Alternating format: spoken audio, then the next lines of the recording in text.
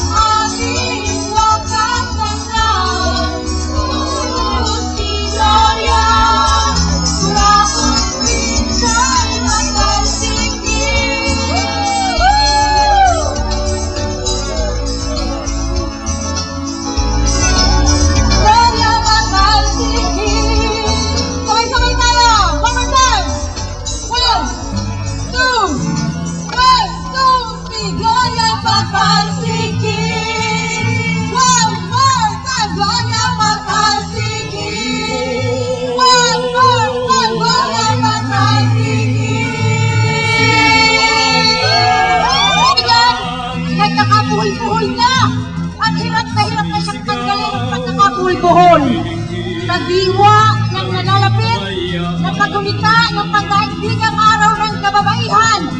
Nais namin isigaw ngayong araw na ito, matalsikin na ang babae na siyang nagpapahirap at nagpupusabos sa sambayanang Pilipino. Mga kasama, sinasabi nila, isang salawikain sa atin na ang kababaihan daw ang ilaw ng tahanan. Naniniwala ba kayo na si Ginang Arroyo ay ilaw ng Pilipinas? Dapat si Ginang Arroyo ay puntihin na at palitan na. At naniniwala ba kayo? Ang sabi niya, siya raw ang ina ng bayan. Ito luma na. Sabi ko, kung siya ang ina ng bayan, gusto natin balik uli na lahat. Naniniwala ba kayo doon? At higit sa lahat, mga kasama, kung isyo ang pag-uusapan, winasak ni Ginang Arroyo ang kalagayan ng nakararaming mamamayan at kasama rito ang higit na naghihirap na kababaihan.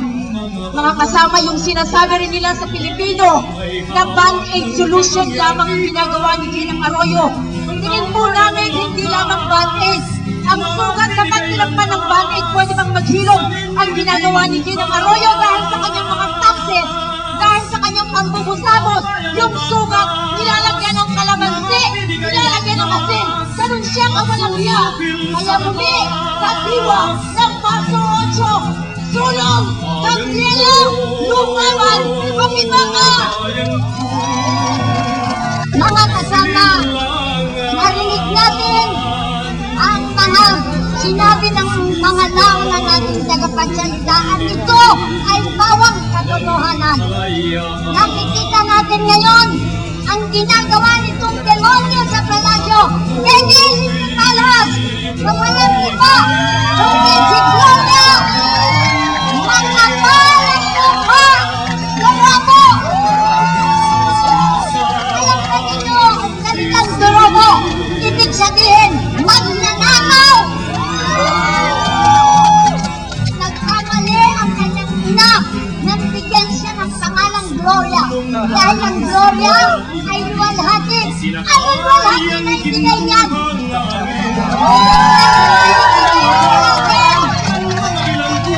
Ay impyerno! Mga kasama, tingnan natin ang ginagawa niyang pangungulot ngayon. Tingnan ninyo yung mga proyekto na sinasabi niya para sa kamuyanan ng sambayanan. Anong nangyayari? Lalo itong nagpapahirap sa mamamayang Pilipino at lalong nawawalan ng tahanan ang mga mamamayan. Nasaan ngayon ang mga mamamayan rito? Nagkalat sa lansangan. Kung titignan natin, mabuti pa ang patay.